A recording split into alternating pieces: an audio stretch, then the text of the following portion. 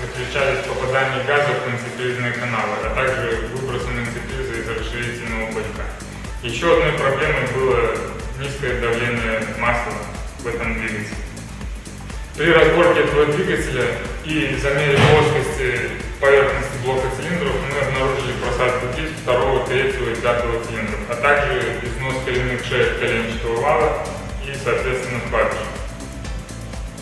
Данные проблемы были устранены путем развертывания посадочных плоскостей под гильзы, шлифовкой поверхности блока цилиндров и шлифовкой коренных шеек коленчатого вала.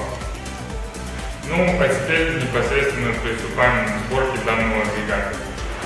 Вот рабочее место, все запасные части, которые будут устанавливаться в этот двигатель. Поршневая группа, турбина, насосы высокого давления и так далее. Запчасти используем Колбин Шмидт, Виктор Рейц, фильтра оригинальные Deutz. Вот непосредственно блок, который будет устанавливаться все наши запасные части.